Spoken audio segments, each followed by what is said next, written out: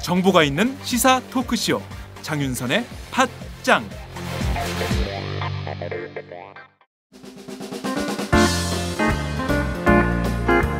국내 최초로 단체 공정여행을 시작한 국제민주연대 공정여행사업단과 함께 2016년 새해 첫 여행을 떠나볼까요?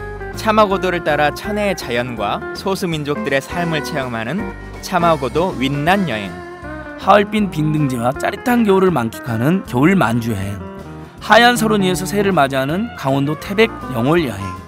새로운 여행, 가치 있는 여행, 더 재밌는 여행. 공정여행과 함께 해주세요. 국제민주연대 공정여행사업단 전화 070-8812-0809 070-8812-0809. 검색창에 국제민주연대를 검색해주세요.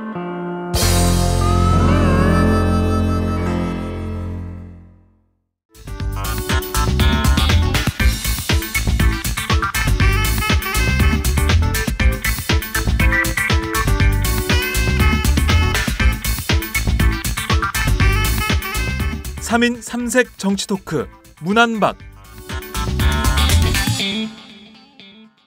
3인 3색 정치 토크 문안박. 한 주간의 정치 이슈를 모아서 문안박의 입장에서 해석해보는 시간입니다. 오늘도 어김없이 문재인 새정치민주연합 대표를 대신해서 황희 전 부대변인 나오셨습니다. 어서 오세요. 안녕하세요. 황희입니다. 네, 굉장히 묵직하게 깔면서 오늘 뭐 할 얘기가 많은가 봐. 중앙일보 여론조사가 잘 나와서 힘이 좀 들어가는 것 같은데. 제대로 된 여론조사가 나왔습니다. 그렇습니까? 네. 자, 안철수 새정치민주연합 전 대표를 대신해서 서양호 두문정치전략연구소 부소장님 나오셨습니다. 네, 문안박 드디어 이제 항구에 다 닻을 내리려고 준비를 하고 있습니다. 그렇군요. 아니, 우리가 문안박 했잖아요. 네. 계속 이게 화제의 중심이 되더라고요. 자, 박원순 서울시장을 대신해서 권오중 전 서울시 정무수석 나오셨습니다. 안녕하세요. 네. 권오중입니다. 네, 그 자리를 옮겼어요. 매주 월요일에 고정 코너였는데 이번 주부터 매주 수요일로 정치율 때문에 그런 건 아니죠? 정치율 때문이죠. 이러다가 이제 뭐 목요일도 갔다가 네. 금요일도 갔다 이러다 이제 토요일 갔다가 폐지되고. 근데 어차피 그 12월 15일 예비 후보 등록일에는 세 분 모두 출마를 안 하시나요? 서영호 왔다 갔다 하더라고요. 서영호 부실장님 뭐 문안박이 성사되면 중대 결심을 그 말 나올 줄 알고 있었습니다. 할까 말까 고민 중입니다. 예, 성사가 안 되면 안 나오는 거고요. 그 얄팍한 그것까지 하지 마. 고민해보고 있습니다. 12월까지. 정치에서 그런 거 배웠습니다. 중대 결심. 네.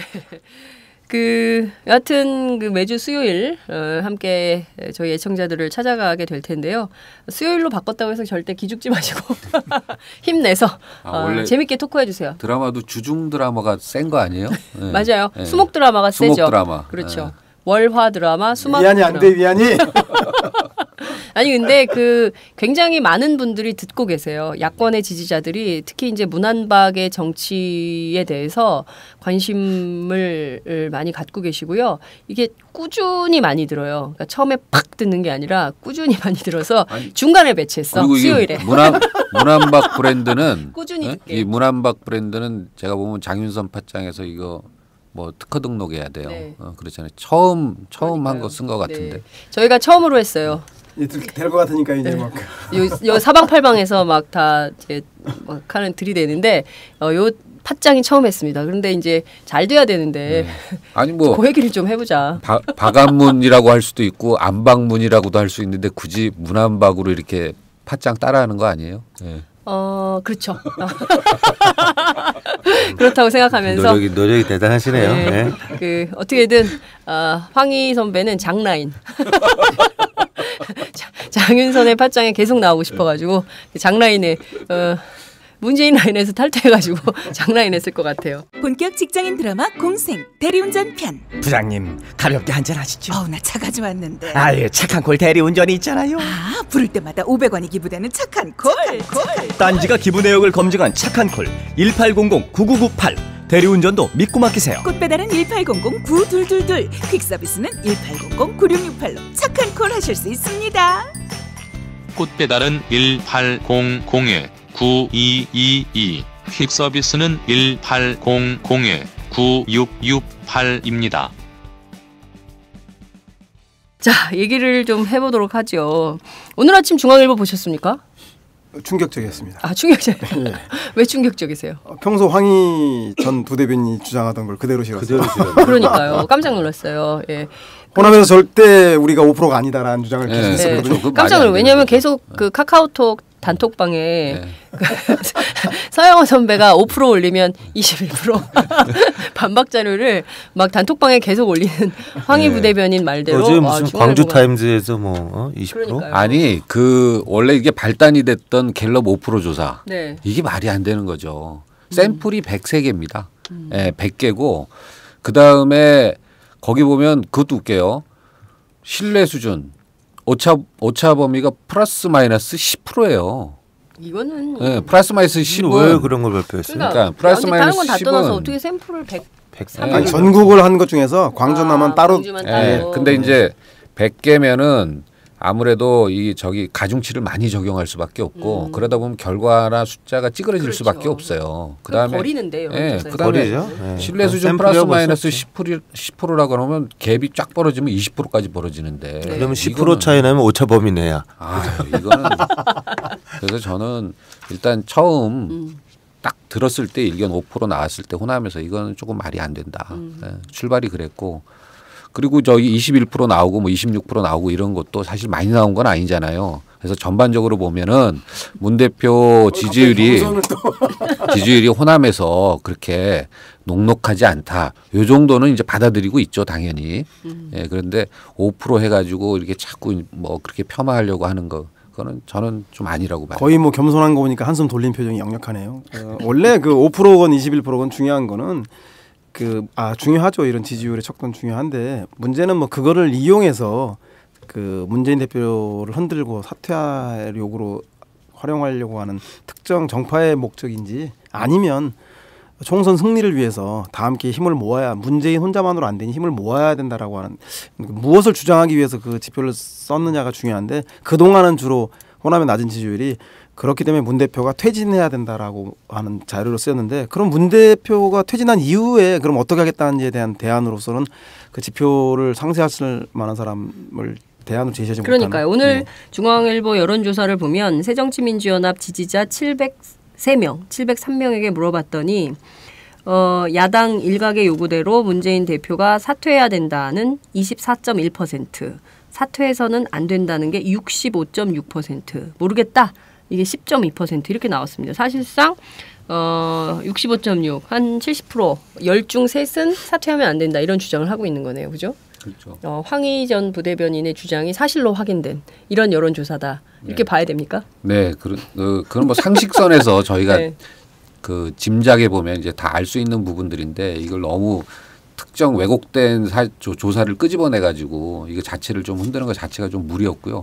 하여튼 그럼에도 불구하고 21% 뭐 26% 이거 좋은 지지율은 아니잖아요. 호남에서 여전히 약세다 이렇게 볼 수 있을 것 같은데요. 하나하나 좀 뜯어놓고 보죠. 지금 그 당 안에서는 혁신이 안대로 지금 현역 의원에 대한 평가 작업이 진행 중이고 이달 말에 결론이 날 걸로 알려지고 있습니다. 20% 이제 날아간다는 거거든요. 그거는 좀 제대로 잘 되고 있나요? 어제 뭐 최고위원회에서 평가 기준 이런 것들이 논의가 된 것 같더라고요. 제가 잠깐 봤더니 상당히 구체적으로 뭐 비례 20%, 뭐 현역 지역구 20% 이렇게 나눠놓고 거기에 대해서 어떤 기준들을 쭉 뭐 의정활동, 지역구 관리, 여러 가지 기타 도덕성 문제 이런 것들을 쭉 널려놓고 있던데 결국은 그 현역이든 원회든 간에 그것들 받아들일 수 있는 주체들의 그 태도의 문제겠죠. 그건 결국 리더십으로 진압할 수밖에 없는 거고 명분을 갖고 리더들이 밀고 나가면 저는 뭐 능히 진행할 수 있는 부분이 있을 거라고 봅니다. 그렇군요. 저희가 처음에 이 문안박 코너를 진행할 때 그 새정치민주연합의 위기의 본질은 친노 비노 프레임이 아니다. 기득권 대 변화 혁신의 프레임으로 변화되어야지 국민들이 야당이 바뀐 걸로 생각하고 신뢰해 줄 것이다라고 제안하는 말씀을 드렸었는데 그랬죠. 그 오픈 프라이머리가 이 낯선 땅 식민지 와서 고생하고 있지 않습니까? 최기성 의원이 느닷없이 오픈 프라이머리를 들고 나오시면서 그 지도부가 제안한 혁신위원회 제안한 20% 그 현역 의원 20% 탈락에 대해서 반발하면서 그 얘기는 뭐냐면 오픈 프라이머리 주장이보다 현역 기득권을 보장되는 제도, 현역이 가장 유리한 제도. 아니 근데 거기 안철수 대표도 서명했다는 얘기가 있어요. 근데 거기 전체적으로 이제 오픈 프라이머리 자체에 대해서 동의해본 줄 알고 많은 뭐 안철수 의원뿐만 아니라 네. 80명의 의원들이 대부분은 모르고 친노 비노 저는 그게 좀 이해가 안 가요. 모르고 했다는 게 일반 시민들은 그럴 수 있어요. 아니 모르고 하는 것 같지 않고 제가 현역 기득권 연대라고 할 수 있죠. 현역 의원들은 아니, 꼭 그런 것보다 이러거든요. 전화하거든요. 요러고 요런 거 하는데 어떻게 하면 사인할래? 이제 이렇게 물어보거든요. 보통 그렇죠. 연명할 때 그렇게 하는데. 오케이. 그렇죠. 근데 제가 보기에는 뭐 서영호 부소장 얘기도 일리가 있지만 또 일면으로는 그 오픈 프라이머리의 양당 법제화 이런 것은 뭐 정치개혁 차원에서 뭐 가능한 거 아니냐, 양당이 공유하는 이런 생각은 왜냐하면 지난 추석 합의 때 문재인 대표가 그 권역별 비례대표제하고 오픈 프라이머리를 동시에 빅딜 이런 제안을 하기도 했으니까 그런 차원에서라면 이거 해야 된다라고 동의할 수 있지만 그래도 정치인이라면 법안을 만들고 입법 활동 굉장히 중요한 거잖아요. 그런데 그거를 그냥 모르고 했다라고 면피는 안 될 것 같아요. 저도 동의합니다. 알고 사인해야지. 그런 거 아니에요? 일반적인 오픈 프라이머리에 대해서는 당에서 제가 알기로는 그 소위 말해서 민평년 계열에 있는 분들은 평소의 주장이 정당의 강화입니다. 당원 중심의 정당. 그래서 당원이 그 선출하는 공직 후보라든가 그 당직 후보자를 선출해야 한다는 게 강화되는데 느닷없이 이분 중에 몇 분이 주도해서 오픈 프라이머리를 주장한 것은 전후가 맥락이 맞지 않고 오픈 프라이머리는 아무래도 국민들의 참여를 강화하다 보니까 당원권을 제약할 수밖에 없는 서로 그 보완되기도 하지만 또 일견 모순되는 제도이기 때문에 그분들이 그걸 주장한 것을 선의로 받아들이기보다는 혁신위원회가 제안하고 당 지도부가 결정한 현역평가 20%에 대한 현역 의원들의 반발, 집단적 반발감이 큰 거죠. 그래서 그것은 친노 비노를 가릴 것 없이 그 함께 거부감을 나타낸 건 아닌가. 근데 저는 뭐 그 과정에서 보면 사실 최고의 선을 가치를 가지고 있는 제도가 있을까라는 생각이 들어요. 그러니까 오픈 프라이머리든 뭐 국민공천이든 안심번호든 뭐 아니면 뭐 당원공천이든 이런 것들이 소위 말해서 제 눈엔 물대기예요. 자기 이해관계에 따라서 주장되는 거지. 뭐 현역한테 유리하든 뭐 현역 불리하든 그걸 떠나서 어쨌거나 그것들이 뭔가의 가치가 있고 이것이 절대선이다라고 얘기하는 것 자체가 사실은 그 논리적 그 모순이라는 거죠. 그건 결국은 어떤 이해관계가 다 가치가 포함될 수밖에 없는 건데 그것들을 계속 주장하면서 명분을 자기들한테 끌어달라고 하는 거기 때문에 우리가 좀 판단할 때는 오픈 프라이머리가 절대적으로 뭐 옳은 건지 아닌 건지 이런 것들은 좀 가치의 문제이기 때문에 굳이 그런 걸로 나눠서 입장들이 잘했다 잘못했다 이렇게 평가할 필요는 없다. 저는 그런 생각입니다. 그렇군요. 그 지금 말씀하신 내용을 쭉 들어보면 어찌됐든 그러니까 뭐 오픈 프라이머리로 이렇게 그 겉으로 드러나긴 했지만 계속 불만이 있는 거잖아요. 현역 의원들이 그 자신들의 어떤 이 방식대로 계속 정치를 온전하고 싶은 이제 욕구가 있는 거고 또 거기에 반발하는 세력들이 있는 거고 이런 건데 저희가 이 그 코너를 처음 시작할 때 이게 이른바 중진 정치를 청산하느냐. 중진 정치를 청산하고 문한박 대권 후보 개혁 연대 이걸로 새정치민주연합의 역사를 새로 쓸 거냐 결단하고 판단해야 된다라는 요구를 계속했어요. 근데 그게 이제 오늘날 약간의 시점에 온 것 같다 이런 판단을 할 수 있을 것 같은데요. 민진모 민주당의 집권을 위한 모임 이 회원들이 어제 기자회견을 하려고 했잖아요. 유보했죠. 그렇죠. 이게 일단 유보한 이유는 그 지난 14일 일어난 집회 때문에 그리고 또 백남기 선생이 지금 위중한 상황이기 때문에 당력을 모아야 돼서 한다라는 것이지 문재인 대표가 사퇴를 늦춰야 된다는 주장은 아닌 거예요. 자, 이런 데까지 온 측면을 좀 해석을 해봐야 될 것 같거든요. 김동철 의원이 그러니까 저희 정치부 기자들이 취재할 때는 김동철 의원의 오바다. 이런 얘기도 일부 나오고 있긴 합니다. 또 일각에서는 아니다. 민진모 전체의 의견이다. 이런 주장도 있어요. 어느 분이 먼저 얘기해 주시겠습니까? 제가 뭐 들은 비주류를 대표해서 얘기하는. 네, 비주류 대표는 아니고요. 네. 문병호 의원이나 거의 모임에 참여한 사람들이 얘기하고 김동철 의원의 그 말씀이 좀 다른 건 사실인 것 같아요. 뉘앙스가. 김동철 의원은 그 4.29 재보궐선거하고 10월 재보선에 책임을 지고 새로운 총선 승리 체제를 가지기 위해서는 문재인 대표 사퇴가 성난 호남 민심과 지지자들 달랠 수 있는 선결 조건이다라고 강하게 주장하는 것 같고 이에 반해서 문병호 의원이나 비주류 의원들은 그 누구의 특정한 사람의 책임의 문제가 아니라 총선을 이길 수 있느냐 이 문제가 좀 이게 좀 방점이 조금 다른 느낌을 좀 받았고 그렇기 때문에 그 어제 기자회견 자체에 대해서도 일단 그 7인회라고 하는 게 갑자기 생기긴 생겼는데 네. 그게 친노 측하고 비노 측에 있는 그 중심적인 활동하는 초재선 의원들이 삼선까지 만들어서 그 안에서 일단의 그 절충안들을 만들어가는 과정이기 때문에 네. 그분들이 좀 이렇게 진정을 컴다운을 시켜서 유보된 측면이 좀 있지 않는가. 그래서 사실상 7인회가 그 민진모의 이런 주장을 그렇죠. 좀 불렀다 이렇게 말해요. 왜냐하면 그 안에 민진모 출신들이 참여하고 있고 네. 그리고 통합행동이라고 하는 그 당내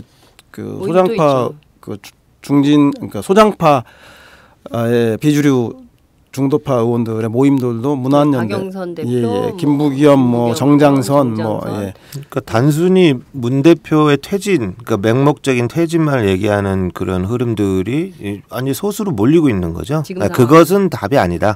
그 퇴진이라는 것들은 아까 서영호 부소장이 얘기했듯이 어떤 총선의 승리나 뭔가 결과가 있는 이런 과정 속에서 대안으로 나오는 것이지 단순히 뭘 책임지고 퇴진하라 이런 것은 총선을 불과 몇 개월 앞두고 아무 대책 없는 주장인 거거든요. 저는 이런 부분에 이런 퇴진을 맹목적인 퇴진을 주장하는 사람들은 자기 직을 걸어야 된다고 봐요. 이런 것들은 자기 직을 걸고 얘기해라. 왜 대표 퇴진 얘기하면 자기도 직을 걸고 얘기를 해야죠. 의원직을 걸고 얘기하든지 그런 부분이 없이 뒤에 숨어서 내부적으로 총질하는 이런 모습을 보이는 것은 지지를 못 받는 거죠. 네. 결국은 제가 보기엔 당원의 지지를 못 받기 때문에 소수로 몰렸을 수밖에 없다. 결론적으로 그렇게 된 거라고 봅니다. 특히 그 호남을 지역구를 둔 그 선출직 의원들은 좀 책임 있게 발언을 해야 됩니다. 예, 호남 지역 같은 경우에는 광주 그다음에 전남 지역, 전북 지역 같은 경우에는 사실 그 당의 상태가 어떻게 됐든 당의 공천을 받으면 당선될 가능성이 높잖아요, 그죠? 네. 물론 이제 무소속 후보들도 최근에는 이제 많이 나오고 있습니다만은 그래도 대체적으로 정당의 공천을 받으면 그 양반이 당선될 가능성이 높은데 네. 실제 수도권이라든가 비호남 지역의 의원들은 심각한 부분들이 있거든요. 가령 이제 이런 부분들이 있다고 봐요. 그럼 문재인 대표가 나갔다. 사퇴했다. 그럼 누구 얼굴로 누구 간판을 걸고 과연 총선을 치를 거냐. 그다음에 제가 지난번에도 얘기했습니다마는 제가 옛날에 당직 생활을 할 때는 저희 당이 지지율을 최대한 끌어올리면 25%였어요. 근데 노무현 정권 참여정부 이후 저희가 이제 맥시마이즈 하면 35%까지 올라가거든요. 네. 그러니까 저희 당은 한 10% 정도가 자발적 지지층들이 큰 선거 때는 쑥 들어왔다가 네. 그다음에 평소에는 좀 나갔다가 이제 이런 세력들이 한 10% 있어요. 네. 그러면 이 세력들의 지지를 못 받을 수 있거든요. 네. 이제 이런 부분들에 대한 그 약간 좀 경각심이라든가 아니면 좀 이런 것들을 좀 느꼈다고 저는 생각해요. 예. 그러니까 다행인 것은 처음에 우리 우려했던 중진들 중심의 선대위 구성이 본격적으로 그 정세균 대표가 범주류, 범친노라고 분류되면서 불구하고 갑자기 문재인 사실상 사퇴 카드를 꺼내면서 네.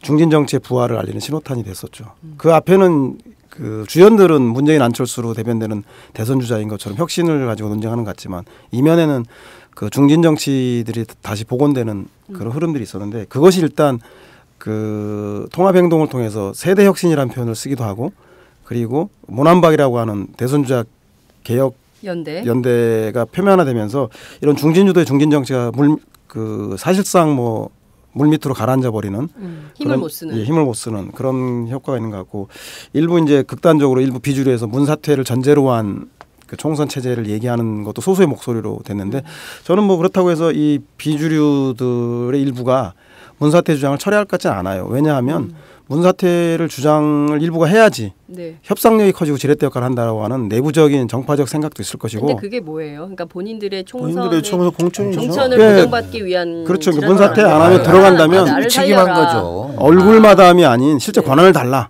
그 들어가는 사람에게. 네, 그러니까 호남 이를테면은 김동철 의원 지역구 호남이잖아요. 그러면 호남 지역의 공천권을 우리에게 줘라 이런 호남 건가요? 그렇게 표현하지 못하니까 네. 이 문재인 체제로 치를 수 없다는 걸 강하게 주장하면서 네. 그 문한박 연대 플러스 알파로서 호남 그럼 뭐 박지원 대표를 세우자는 겁니까? 뭐 그렇게까지 구체화되진 않았으나 그 안에서도 이견이 다르겠지만 하여튼 그런 요구일 것 같고 저는 문한박 플러스 호남을 하라 이거죠. 결국은 그래서 이 현재 비주류의 문재인 사퇴론이 수도권 초재선 의원들은 다 빠져나올 거예요. 왜냐하면 수도권에서는 지지율세를 문한박이 다 해도 지금 뭐 2, 3%, 1, 2% 싸움이기 때문에 네. 제일 먼저 이 문제에 관심을 가진 의원들도 몇 면을 보시면 네. 대부분 문한박 연대를 주장하는 사람들은 수도권 초재선 의원들 중심이고요. 자 보시죠. 네. 지금 보면 강기정, 최재성, 김태년, 우상호, 문병호, 정성호, 최현식. 네, 거의 그렇죠. 그리고 그중에 일부 호남인데 일부 호남은 문재인 사퇴 호남이 악화된 문재인 대표의 그 호남 지역의 의견 때문에 호남 의원들이 그 여론을 뒷받침하고 있는데 앞으로는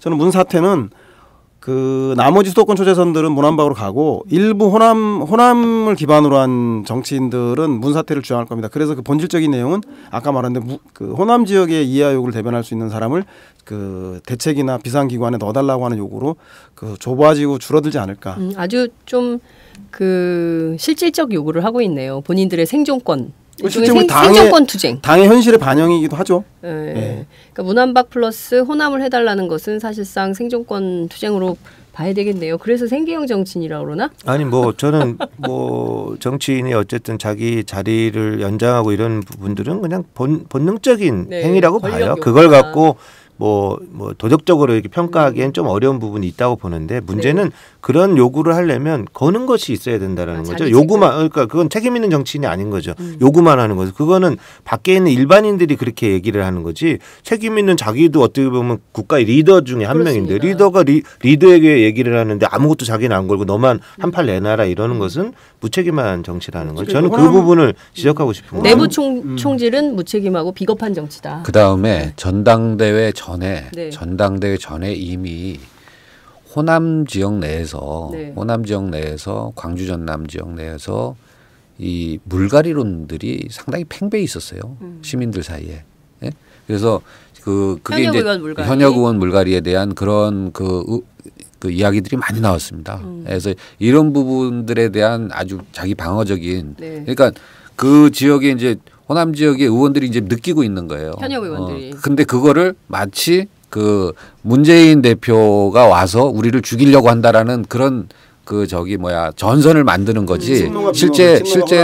실제 그 전에는 이미 호남 내 이 의원들 가지고는 힘들다. 이제 이런 이야기들이 많이 나왔었습니다. 그게 지역 사회에서 굉장히 비판이 많더라고요. 그렇죠. 그게 이제 뭐 문재인 대표의 이제 지지율이 하락과 여러 가지 선거에서의 연패를 겪으면서 명분이 생긴 거죠, 저쪽에.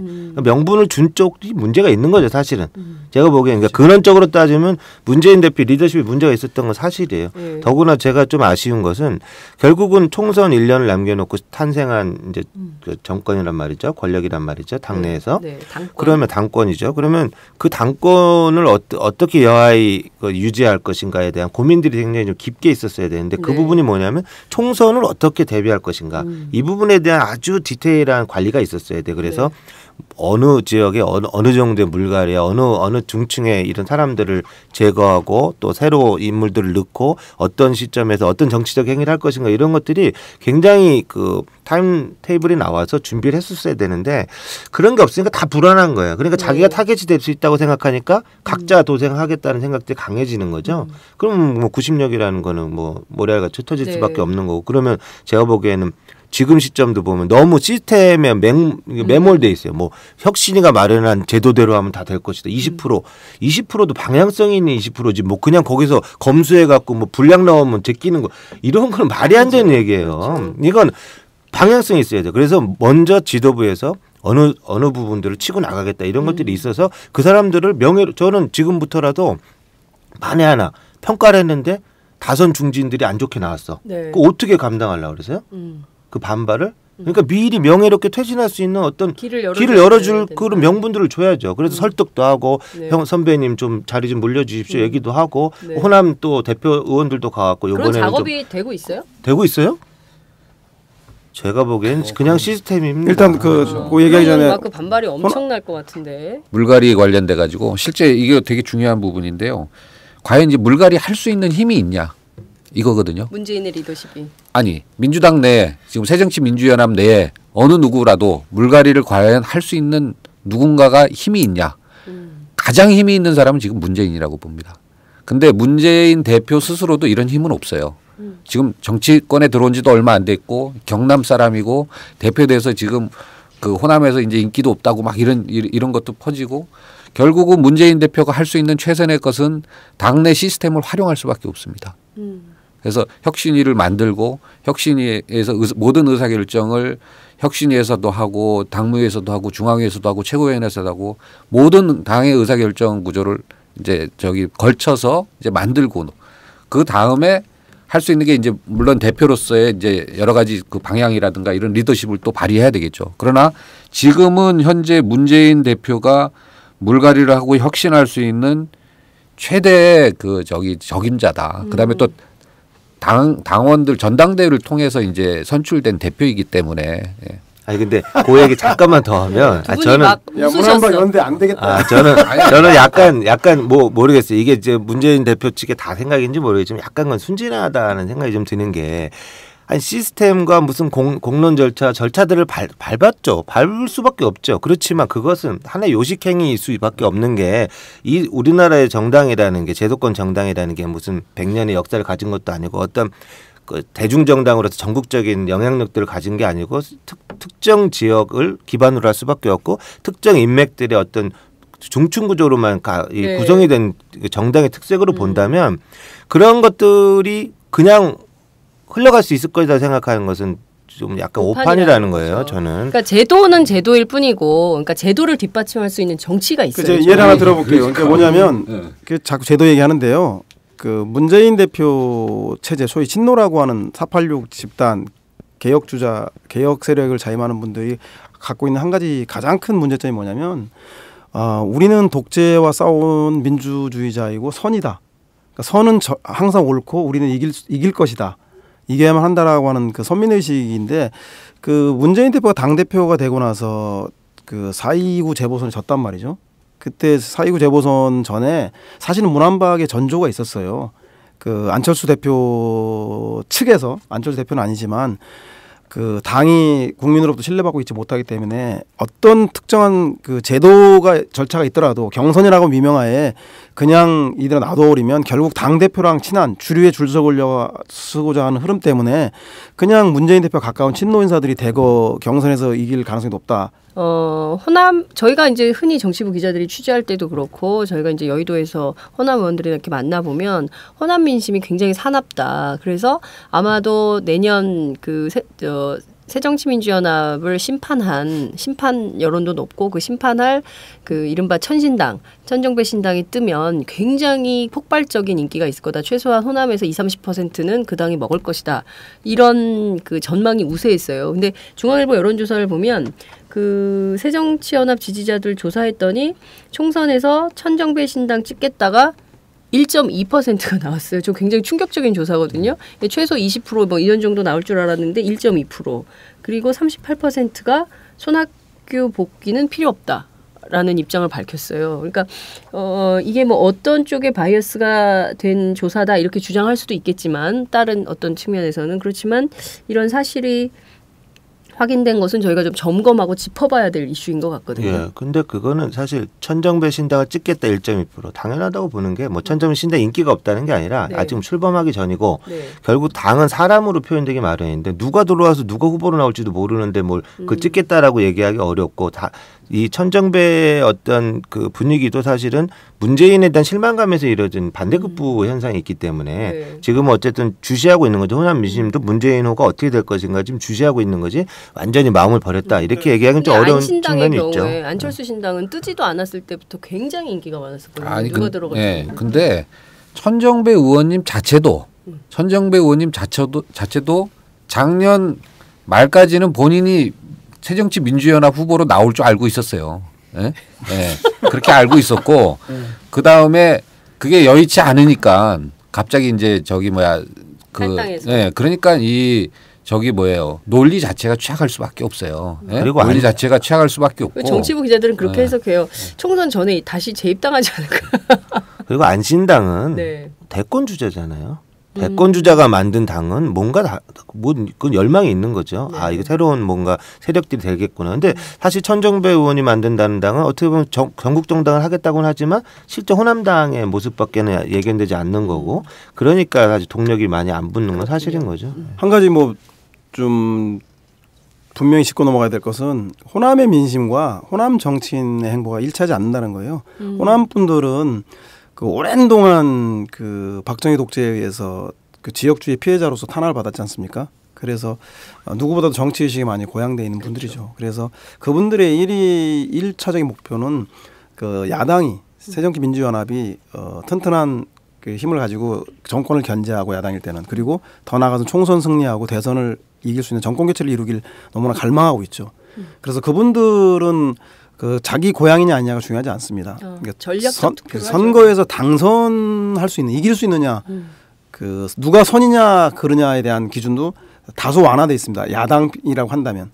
그래서 진보냐 좀 중도냐의 관점이 아니라 여당을 꺾어서 이길 수 있는 사람들에 대해서 전략적으로 투표하는 경우가 상당히 제가 강하죠. 그 장면이 잊혀지지가 않는 게요. 2002년 그 대선 후보 경선하지 않았습니까? 그때 광주 경선 때 그렇죠. 노무현 진원지가 하나가 의원이 정말 내가 호남의 아들임을 엄청 강조했는데 완전히 그렇죠. 노무현 후보 때 압승했잖아요. 근데 그 찬 소주를 들이붓는 하나갑의 얼굴 안 잊혀져.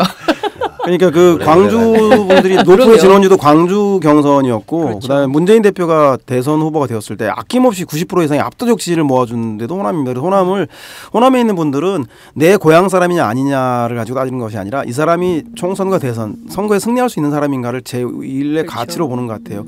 그런데 불구하고 이 호남 정치인들 같은 경우는 이 요구를 호남 정치인의 그 필요성으로 살짝 틀어서 자기 문제로. 예, 자기 문제로. 그래서 그 정권을 비판할 때도 참여정부에서 호남의 비율들을 그러니까요. 그게 사실에 근거하지 않은 것들이 DJ 정부, 많더라고요. 국민의 정부 때 그동안 억눌려 있었기 때문에 많이 등용시켰죠. 네. 그래서 참여정부가 되면서 다시 약간 좀 원래대로 이제 세가 정상화되는 과정인데 그 과정을 또 차별로 이렇게 좀 침소봉대한 측면도 있고. 그런데 그 얘기가 여태까지 돌아다닌대요. 풍무양꽃이 네네네. 아시죠? 우리 갔잖아.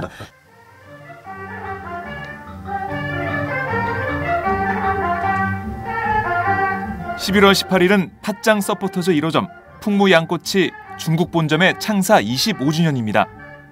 중국 본점은 중국 연길시에 있고 중국 대도시마다 직영점이 24곳, 가맹점이 60여 개, 직영점 직원 수만 2,000명이 넘는 엄청난 규모의 최고급 양꼬치 전문점입니다. 풍무양꼬치가 이렇게 중국 최고 브랜드의 음식점이라니 어쩐지 맛이 차원이 다르더라고요. 그래서 한국 분점 대림역, 디지털 단지 역점에서도 이벤트를 준비했습니다. 각각 선착순 125명에게 고급 타올을 드리고요. 25번째 테이블에는 25만 원 상당의 가족 식사권을 제공합니다. 11월 18일 마침 그날 김광진 의원님도 예약을 하셨던데요. 김광진 의원이 당첨되는 이변이 일어나지 않을까요? 풍무양꼬치도 궁금하고 김광진 의원도 보고 싶으셨던 분들 기왕이면 11월 18일 수요일에 꼭 들러주세요. 풍무양꼬치 02-809-9292 02-809-9292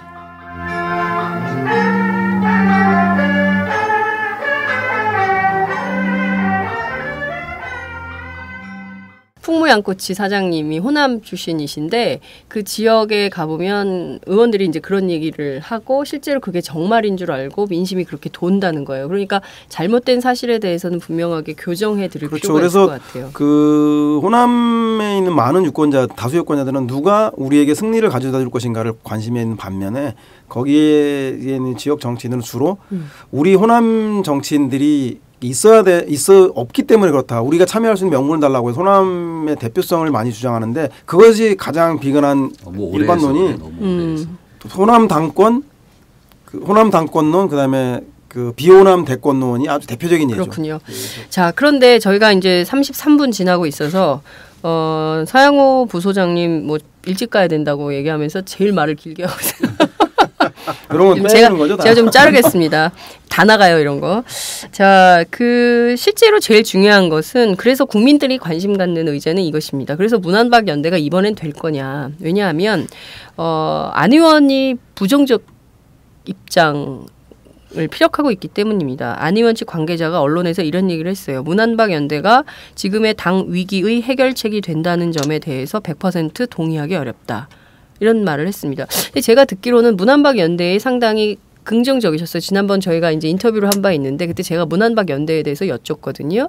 당시 안철수 전 대표 뭐라고 얘기했냐면 총선 전까지는 그러니까 대선 전까지는 협력적 연대 관계로 해야 되고 대선 때는 경쟁적 협력 관계로 가야 되지 않겠냐 이런 얘기를 분명히 했습니다. 그러니까 경쟁과 협력이 앞뒤를 바꾸긴 했지만 반드시 연대해야 된다는 데는 방점을 찍고 있었는데 그 사이 굉장히 그 많은 변화가 있었던 것 같아요. 안측 무슨 마음이야? 무슨 일이 있어?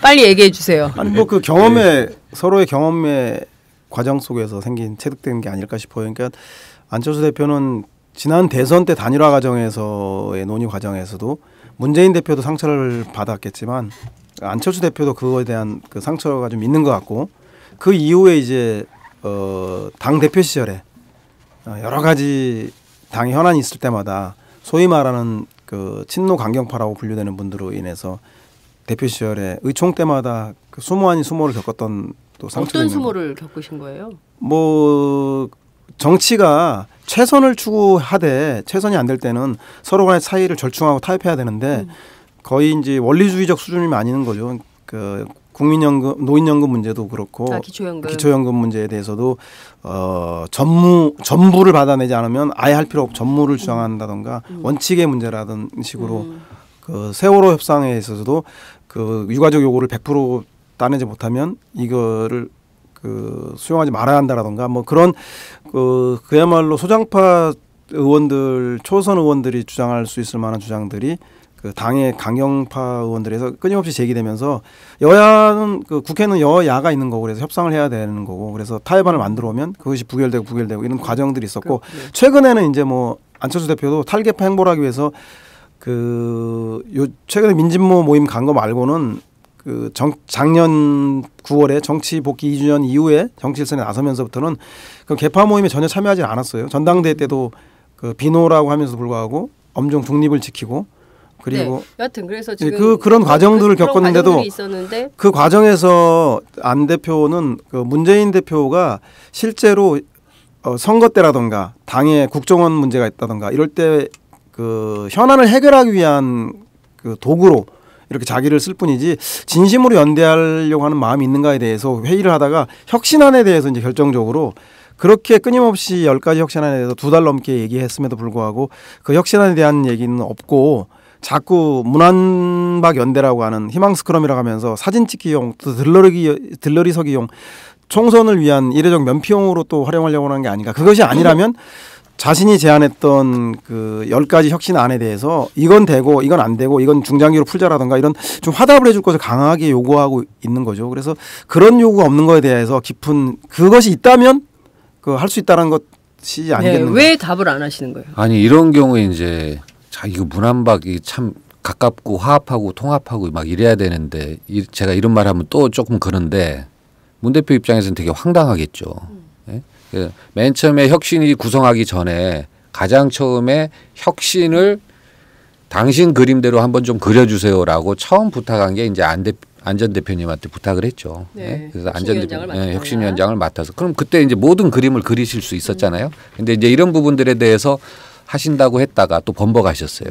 그래서 그럼 이제 당내 이제 기구를 만들었잖아요. 그래서 이제 또 혁신안 절차가 당의 모든 의사결정을 거쳐서 결론이 딱 나오니까 거기에다 대고 이제 이거는 혁신안도 아니다라고 하면서 10가지를 주장하셨어요. 근데 10가지를 자세히 보면은 저는 좀 납득이 안 가요. 대부분이 하고 있어요. 혁신위가 하고 있는 거고 그다음에 그중에서는 또 중복되는 것도 너무 많은 것 같고 그다음에 어떤 거에 대해서는 그냥 또 당신이 하시면 되는 거고 그다음에 또 저기 수권위원회 이거는 또 하시라고 또 문 대표가 제안도 하셨고. 네. 그래서 저는 뭐 어떤 거에 대해서 진지하게 화답을 안 했다는 건지. 그런 태도가 계속 불화를 더 깊이 하는 것 같은데. 양측의 그런 태도가. 저는 제가 계속 얘기했지만. 잠깐만. 네, 이제 박 시장님 얘기하셔. 계속 얘기했지만 그 문법이 다르다. 그러면 문법에 맞춰줘야죠. 문법이 다른 걸 갖고 왜 이해를 못하냐 이렇게 얘기할 필요가 있을까요? 저는 그런 의문이 좀 드는데 그 안 대표 스타일은 그런 것 같아요. 안 전 대표 스타일은 내가 뭘 요구를 하면 그거에 대해 답을 달라 이거예요.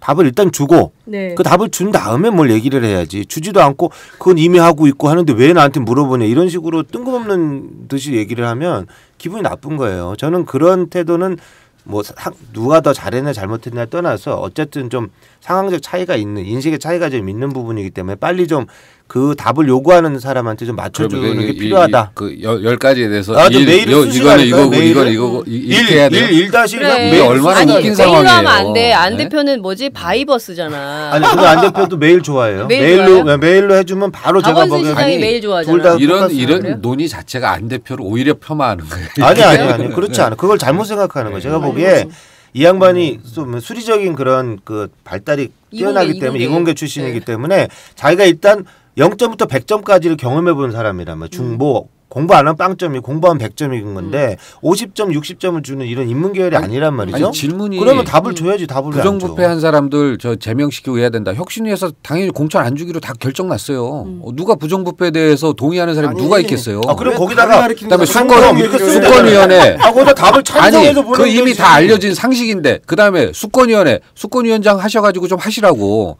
그다음에 김한길 안철수 대표의 그 저기 체제를 그 평가하시면 되지. 그거를 왜 당 지도부한테 평가를 해달라고 이거 제가 거듭 말씀드리는데 뭐 자세 태도의 문제가 같고 그러니까 그 두 남녀가 데이트하는데 사랑이 목적인데 점심에 양식 먹을래 한식 먹은 거 갖고 싸우면 자꾸 한식 주장하는 사람도 문제고 양식을 주장하는 사람도 그래서 결국은 데이트하는 게 목적이 아니라 자기가 원하는 음식 먹겠다라는 소리밖에 안 들기 때문에 제가 보기에는 혁신에 대해서 못 들은 척하는 거는 알지만 그건 아니다라고 하는 그 문재인 대표의 사인이에요. 그럼 안철수 대표 자꾸 고집하면 안 되고 또 문재인 대표도 혁신을 그렇게 요구하면 그래 설령 그 내용이 좀 나랑 다를지라도 뭐 메일이든 뭐든 간에 그럼 이거는 하고 있습니다. 안 하고 있습니다. 이렇게 얘기를 하면 되는 것인데 그 이전에 제가 보기엔 근본적인 서로에 대한 그 믿음에 대한 문제가 있었던 것 같은데 그 서로에 대한 신뢰관계는 이미 현실의 요구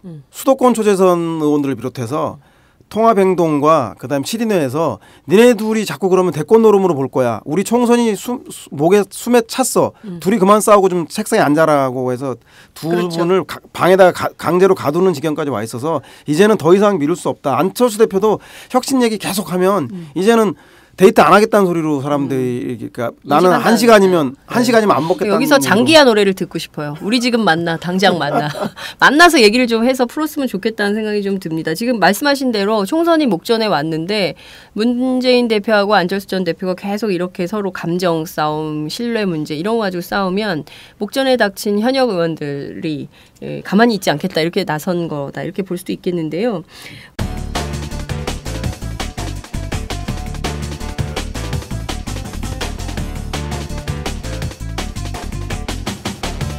장윤선의 팟짱.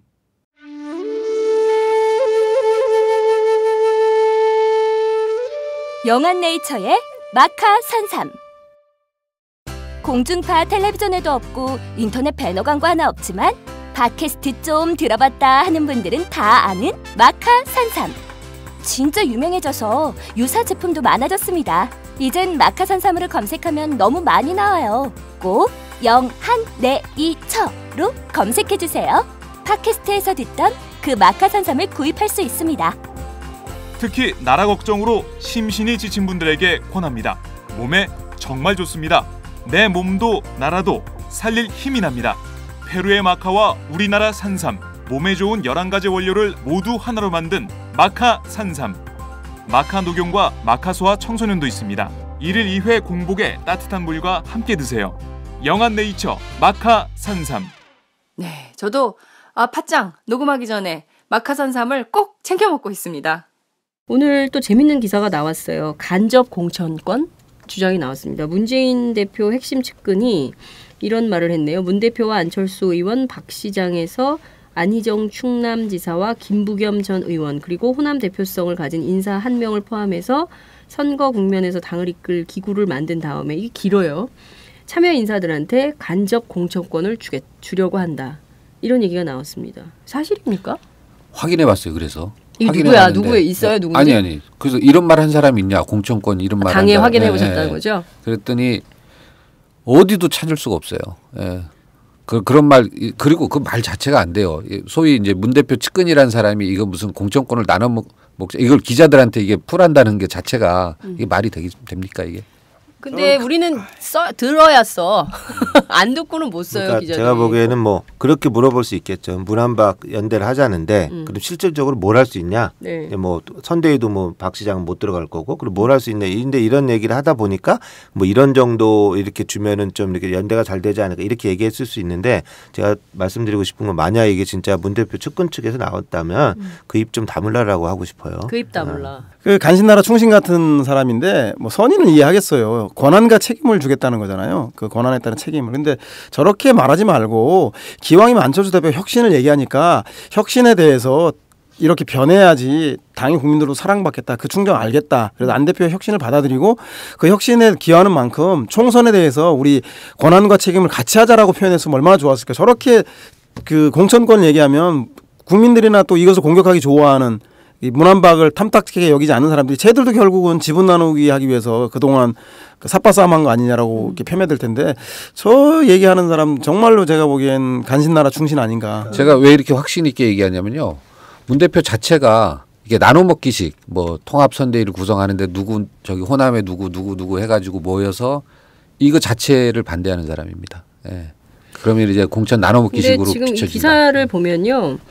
쿼터를 그러니까 따옴표 안에 들어가 있어요. 근데 따옴표 안에 들어가는 기사를 쓸 때는 듣지 않고는 절대로 이런 기사를 쓸 수는 없어요. 누가 얘기했는지 모르겠는데 누군가 얘기를 한 거예요. 누군가 얘기했으니까 대표 기자 쓴 자체가 거예요. 생각이 그렇지 않은데 네. 어떻게 측근이 이제 그런 대표의 입장을 의중에 반한 발언을 한 거다.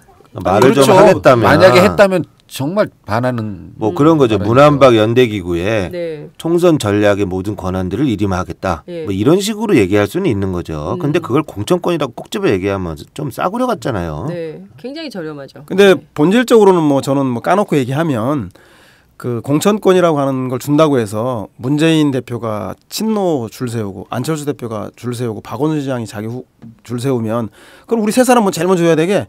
우리 문한박 제일 먼저 주장했으니까. 근데 그렇게 하면 국민들이 뭐라 그러겠어요. 저거 지새끼 생기는 거다라고 폄훼할 거 아닙니까. 따라서 그렇게 얘기를 하더라도 문한박은 외부에서 국민들로부터 신망받는 사람 그리고 야당의 개혁적인 사람 그런 사람들을 우선 영입해서 배치하겠죠. 결과는 국민들이 원하는 대로 갈 수밖에 없는데 뭐하러 저런 얘기를 해서 국민들로부터 오해를 받고 반대파들로부터 빌미를 주냐는 거죠. 저건 아니한만 못한 얘기인 거죠. 그렇죠. 근데 선의로 해석하자면 책임과 권한을 주는 실질적인 그 기구를 만들어 보겠다는 건데 지금 최고위원들하고 중진들이 요구하는 선대위 문제는 다 논의가 된 건지 그것도 좀 저기 걱정됩니다. 특수영역 측근으로서 이렇게 단호하게 얘기한 적 봤어요? 못 봤잖아요. 네, 이거는 제가 확실하게 알고 있기 때문에. 네. 강한 부정은 강한 긍정? 혹시 황희 네, 부대변인 아니야? 확실히 그 취재를 해오신 것은 분명한 것 같아요. 취재를 해온 것에 대해서는 눈을 똑바로 뜨고 얘기하시더라고요. 아 그래요? 저도 뭐 그분의 선의를 좀 듣고 싶어요. 제가 아주 그 관찰을 잘합니다. 네. 상당히 날카롭네. 네. 그래야 기사를 써요. 이런 얘기가 있어요. 지금 앞서 말씀해 주신 대로 통합행동, 문안연대와 협력하는 걸 전제로 해서 세대혁신 비상기구를 구성하라 이런 주장이 나오고 있고요. 문 대표 사퇴 촉구 기자회견이 중요한 게 아니라 문안이 어떻게 하면 연대할 것이냐, 문안박 연대가 가능하냐 이 점을 좀 짚어봐야 되는데 벌써 46분이 됐습니다. 시간이 많지 않아서 요거를 좀 컴팩트하게 얘기를 좀 해주셨으면 좋을 것 같아요. 이게 전망을 해야 되는 거거든요. 과연 문안박 연대로 내년 총선 제대로 치를 수 있겠냐, 아니면 계속 찌그락바그락 하면서 총선 임박해가지고 막 이렇게 갈 거냐, 어떻게 갈 거냐. 국민들은 지금 박근혜 정권의 강 무도함이 이렇게 막 치닫고 있는데 이렇게 야권 새정치민주연합 내부가 정신이 없으니까 바깥에 이른바 정의당 등 해서 전반적인 야권 전체의 판이 새롭게 짜여지지가 않는 상황이거든요. 연합정치도 해야 되고 갈 길이 먼데 이거 지금 집안이 너무 정신이 없으니까 이웃하고 같이 뭘 할 수가 없는 지경이에요. 이걸 좀 정리를 해야 되는데 어떻게 보세요?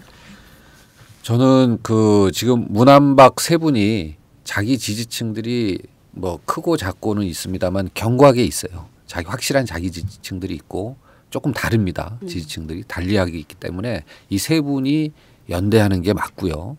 그다음에 이 세 분이 민주당의 미래 세력으로서 유력한 대선 후보 세 분이니까 미래 세력으로서 이제 앞으로 자리 잡는 게 맞습니다. 새정치민주연합에. 그다음에 그 문안박에 대한 전망으로서는 저는 이제 시간이 가면 갈수록 이 세 분이 지도자잖아요. 지도자들은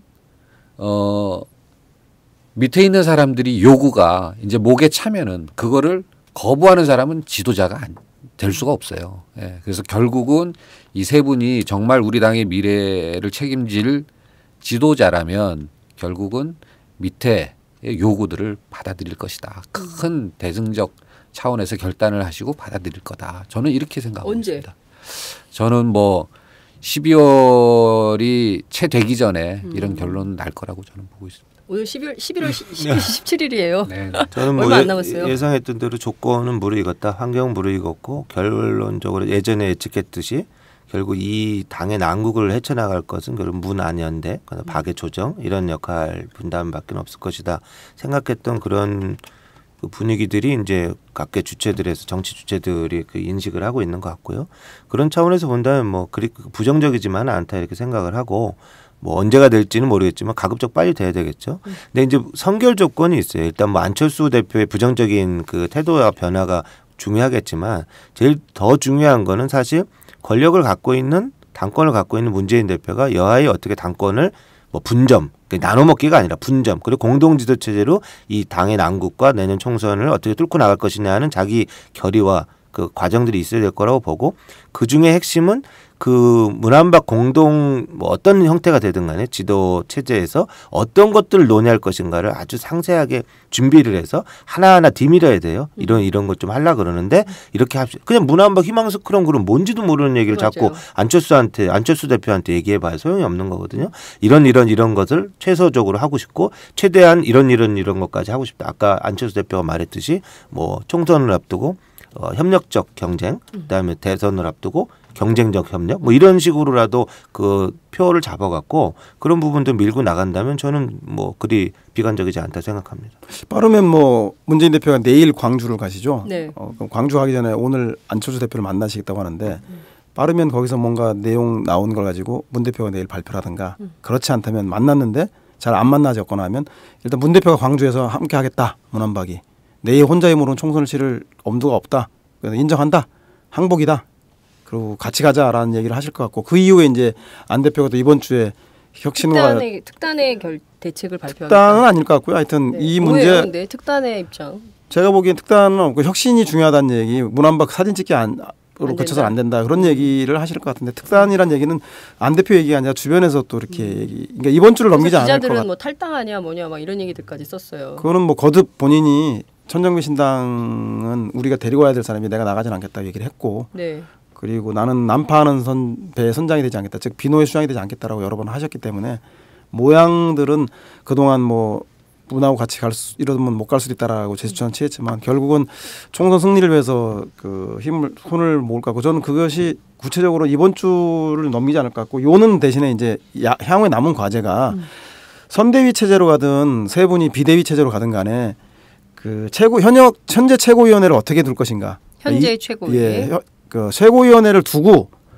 그 이중 권력 형태로 갈 것인지 아니면 최고위원회가 지난번 대선 때처럼 의결해서 모든 권한을 문안박을 중심으로 한 새로운 기구에게 일임하겠다라고 의결을 할지 즉 단일화할지 아니면 두 가지로 갈지에 대해서 최고위원들도 선출직으로 뽑힌 분들이기 때문에 본인들의 의사가 중요하지 않겠습니까? 그럼요. 그래서 그분들의 용단과 결단이 필요한 것 같고요.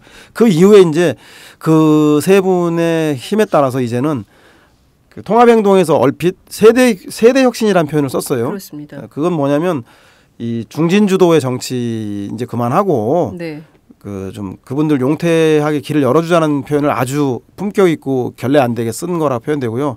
이 문안박의 연대 결속의 정도에 따라서 실제로 변화 혁신 그 물갈이가 어느 정도 이루어질 것인가에 대해서 그것은 세 분의 연대 협력의 질에 따라 달렸다고 보는데 그거에 대해서는 뭐 비관적인 시각도 있고 뭐 수도권 초재선 의원들 요구가 원체 크기 때문에 생각보다 폭이 커질 거라는 낙관적 전망도 있고.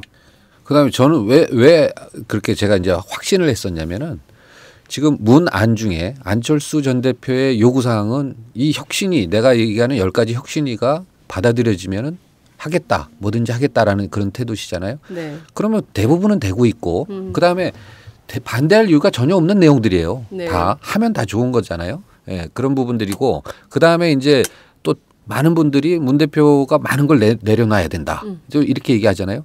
지금 문 대표 자체는 실제로 뭐 3인 비대위가 됐든 공동 됐든 뭐든지 이렇게 내려놓을 준비가 다 돼 있습니다. 예, 그렇기 때문에 이 두 가지 조건들이 각자 이렇게 서로 충족되고 있기 때문에 저는 시간 문제다. 저는 그렇게 보고 있어요. 그렇군요. 지금 경우에 따라서는 이번 주 안에 빠르면 내일 문안연대가 현실화되는 그림을 볼 수도 있다. 이렇게 전망해도 되는 건가요? 네. 문재인 대표가 광주에 그냥 가시진 않을 거 아니에요. 뭔가 좀 있을 텐데 그냥 갈 리는 없다. 네. 내일 호남에서 문안이 공동으로 뭔가 입장이 나올 수도 있다. 특단의 조치는 사실은 별거가 아니다. 이런 말씀을 해주셨습니다. 혁신이 중요하다는 얘기를 재차 강조하기 위한 게 아니고 그것도 측근을 통해서 나온 거라서 안 대표의 정확한 워딩도 아닌 것 같습니다. 자, 그런데 세대혁신 비상기구 설치에 대해서도 간단하게 좀 짚어볼게요. 세대혁신을 얘기하기에는 지금 말씀하신 분들이 이미 올드 세대 아닌가요? 어떻게 보세요? 아니, 저는 깜짝 놀란 게 새정치민주연합이 청년의 기준을 몇 살로 할 거냐. 그래서 45세. 45세로 했다는데 깜짝 놀랐어요. 그 상식적인 수준은 아니잖아요. 당의 현실을 반영한 거죠. 당에 아시다시피 전당대회나 왜 우리는 청년도 한번 못 돼보고 이렇게 기회도 한번 못 잡아보고 그러니까. 흘러가 버렸지. 네? 그분들이 굉장히 청년을 오래 하셨어요. 그렇죠. 그러니까 50살이 넘었는데도 청년 세대를 자임하는. 통합행동의 세대혁신 비상기구 이런 거는 네. 사실 좀 무슨 내용인지를 파악하기 어려워요. 그 액면만 보면 왜 저런 걸 발표했는지 네. 그냥 내용적으로 문안박이 현실적으로 그 협력이 현실적으로 우리 당의 위기들을 뚫고 나갈 수 있는 유일한 방법이다. 뭐 이런 것들을 그 지지를 해주든지 이랬으면 되는데 결국은 뭐 자기들과 관계된 뭔가 이렇게 좀 결부시켜 보려는 뜻이 있는 거 아닌가라는 좀 약간 그런 생각이 들어요. 네. 이게 세대 정치에서 희생된 세 분이잖아. 87학번임에도 불구하고. 네? 뭐 연령적 측면도 있겠지만, 네. 예, 연령적 측면도 있겠지만 또 거기에 뭐 대부분이 연령적 측면에 속하겠지만 그 외에 또 이제 정치를 이제 오래 하고 안 하고 네. 이제 이런 부분들도 아마 좀 많이 반영될 것 같아요. 그렇군요. 이 세대혁신이라는 건 굉장히 중요한 과제인 것 같아요. 새정치민주연합 안에 이를테면 정의당이라든가 그밖에 다른 정당 해외의 경우에 보면 시리자 보세요. 치프라스 몇 살이에요? 40살. 그리고 저 캐나다의 트류도도 40대 초반입니다. 전부 우리도 김대중 대통령이 옛날에 40대 기수론 얘기했잖아요. 근데 지금 너무 정치가 노후화됐어요. 제가 항상 얘기하는 게 정치는 땡기고 노동은 느리자. 그러니까 이게 초고령 사회에 세계적으로 글로벌화된 이런 어떤 정세 속에서 정치의 과단성이 없이는 리더십이 온전할 수 없어요. 빠르게 지역구가 어딥니까? 먼저 얘기해 주세요. 서대문 어립니다. 정치는 땡겨서 다 각 나라가 그래서 왜 소장파들이 대통령이 되고 어떤 총리가 되는 거 그 이유가 있는 거거든요. 무서움을 느끼고 보수적이면 뚫고 나갈 수가 없어요. 그 정당의 어떤 이념을 떠나서. 그래서 정치는 땡기고 오히려 고령화 시대 노동은 시간을 좀 늘려서 어떤 그 자기 생계를 좀 길게 할 수 있는 이런 것들이 사회 정책이 돼야 됩니다. 사회 분위기가. 그렇죠. 세대 교체가 돼야 되는 거죠. 그 시장 갔다 오고 밥하느라 고생은 우리 여기 문안박하고 팥장이 하고 나쁘게 보면 이제 이 7인회라던가 통합행동은 숟가락 들고 나타나서 주도권 싸움으로 볼 수도 있죠. 그래서 세대 혁신은 뭐냐면 그 중진들 어른들하고 하지 말고 우리랑 좀 하자라고 하는 문안박을 우리가 만들었다라고 하는. 그리고 7인회도 보니까 통합행동이 저러다가 중심으로 쓰는 거 아니야? 우리가 좀 주도하자. 이런 나쁘게 보면 그렇지만 좋게 보면 문안박을 중심으로 이제 새로운 세력들이 모여드는 거죠. 이건 뭐냐면 곧 중진 정치의 몰락.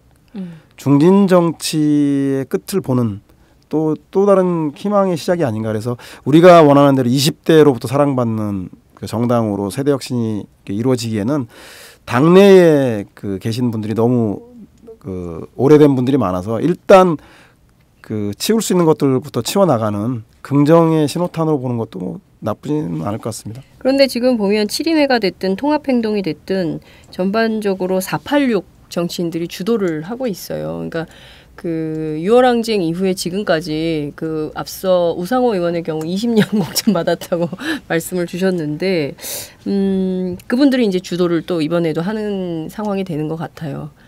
근데 당의 뭐 인물이라는 게 주로 486 아니면 테크노크라트라 해서 전문가 네. 변호사 출신이라든가 전문직 종사자들이 주 구성원들이 관료 출신이라든가 네. 그래서 뭐 그 당분간은 그런 새로운 세대를 대변할 수 있는 그 인물이라든가 이런 것들이 등장하긴 현재는 좀 어려운 구조이긴 하나 네. 제가 보기엔 그분들 자체가 지금 모으려고 하는 분들이 문안박이 기성 정치에 대해서 반대하고 국민들이 링으로 정치를 바꾸라고 불러낸 분들이기 때문에 특히 안철수 대표는 민주당 반민주 구도를 넘어서는 그 새로운 정치를 해야 한다라고 계속적으로 주장했던 분이라서 그 뭐 나이라든가 뭐 연령이라든가 이런 거보다는 그 세 사람이 상징하는 지지층 네. 그것을 그런 식으로 대변될 거다 이런 말씀. 지금은 뭐 현재는 그런 수준으로라도 네. 해야 되는 정말 중요한 포인트인 것 같아요. 특히 이제 야권의 정치가 젊어져야 되거든요. 그 야권의 정치가 굉장히 노후화되고 그리고 무슨 모임을 하면 전부 노인들 아니 뭘 노인을 폄훼하는 것은 아닙니다. 굉장히 중요한 정치 집단이기는 하나 좀 더 젊어지고 활력 있는 정치가 되려면 그런 젊은이들의 상상력이나 이런 게 많이 정치에 반영이 돼야 되겠죠. 그래서 그런 방향으로 바뀌길 좀 희망하면서 오늘 말씀 여기서 줄일까요? 뭐 끝으로 꼭 하시고 싶으신 말씀 있으면 한 말씀씩 제가 한 말씀만 드리면 네. 아까 뭐 사회자께서 얘기하신 어떤 젊은 정치의 바로 이런 부분도 굉장히 중요하고 또 한 가지는 하루빨리 이 야당은 정상적인 방법으로 어떤 그 진영을 짜겠다라는 생각을 버리고 비정상적인 방법, 특단의 방법으로 대응을 해야 된다. 이거 우리가 약자기 때문에 도전하는 사람은 판을 엎어야 되거든요. 판을 엎으려면 새로운 인물과 새로운 생각들이 있어야 되는데 만약 예를 들어서 그런 거예요. 뭐 경제정당을 추구한다. 그럼 비례대표 20번 중에 여성 몇 명 빼고는 다 경제 전문가들 넣는 거예요. 그래야 국민들이 봐도 좀 노력은 하는구나 정도 알아주는 거지. 그런 생각이 없이 그냥 안이하게 뭐 한두 명 끼워 넣어갖고 나 이렇게 했어 이렇게 얘기할 거면 안 하니만도 못하다는 거거든요. 그래서 저는 비정상적이고 특단의 방법을 빨리 강구를 해야 되겠다라는 것들을 말씀드리고 싶습니다. 저도 아까 말씀드린 것 중에 제가 조금 보완을 하자면은 그 물갈이 하는데 그 어느 누구도 힘 있는 사람이 없다 현재. 그렇기 때문에 이제 시스템이 중요하다고 하는 거예요. 더 중요하다고. 그래서 만약에 누구 하나 나서서 과거 이제 DJ나 아니면 여당의 이제 전에 박근혜 대표처럼 힘 있게 이제 물갈이를 할 수 있는 권한과 이제 힘이 있는 사람이면 좋은데 그렇지 못하다 보니까 실제로 그것을 대변할 수 있는 시스템이 또 중요하다. 그런 차원에서 드린 말씀이었습니다. 2015년이니까 G스탱 트리도 그 40대 총리 캐나다 총리가 준비 안 된 발음이 너무나 정확하게 트리도 트리도 핸드폰을 켰어 또 그새 검색해가지고 그런 얘기 다 해야 됩니까? 그럼 트리도가 그 남녀 개각에 보이는 팟캐스트 할 거예요. 개각이 남녀 구성이 50% 된 거에 대해서 소감을 묻는 질문이었습니다. 지금은 2015년이니까요. 한국 정치에서 그런 날을 기대해 보겠습니다. 네. 저는 제도와 시스템으로 우리 정치가 움직여야 된다고 생각합니다. 그게 그런 제도를 만들기 위해서 어떻게든 빠른 방법으로 특단의 조치를 내려야 된다는 것이 바로 권오중 수석의 주장인 것 같고요. 정당이 힘을 가져야 될 것 같아요. 그동안 정당이 제대로 못하니까 국민들이 힘을 보태서 국민 참여 경선도 해보고 별별 걸 같이 해본 겁니다. 그러다 여기까지 온 거예요. 자, 이제는 정당이 정신을 차려서 정당이 제도와 시스템으로 똘똘하게 움직일 수 있는 방안을 만들어야 된다고 생각하고요. 그 출발의 책임이 바로 여기 계신 87학번 문한박. 내년에 50이야 부끄럽다. 퀴즈라고 하기엔 너무 부끄러운 여기 계신 분들이 해야 될 역할이 아닌가 이런 생각이 좀 듭니다. 힘내시고요. 뭐 수요일로 밀렸다고 쫄지 말고 우리가 쫄리네. 예, 재밌게 하시죠. 오늘 말씀 잘 들었습니다. 고맙습니다. 네, 고맙습니다. 안녕하세요. 장윤서의 팟짱 귀에 팍팍 꽂히죠. 저는 오늘도 오마이뉴스 최종 경기라고 바닥바닥 우기고 있는 김병기 기자입니다. 공짜 자전거 신문 조중동 기자들이 자기 신문 돈 내고 보나요? 안 봐요, 아빠. 네. 저는 팟짱에 매월 자발적 정치료 3만 원씩 내는 10만인 클럽 회원입니다. 애청자 여러분 덕분에 올해 1000명 늘어서 무려 9,400. 내친 김에 연말까지 1만 명 만인보 캠페인에 도전합니다. 무슨 캠페인이요? 만인보. 한 명의 마음걸음보다 만 명의 당당한 한 걸음. 올해가 가기 전에 오마이뉴스 10,000번째 주인공이 되어주세요. 홈페이지에서 가입하시거나 02-733-5505 내선번호 274번으로 전화주세요. 요즘 엄청 갑갑하죠? 갑갑해. 우리 역사책도 지키고 팟짱도 확실하게 지키겠습니다. 10만인 클럽 아싸!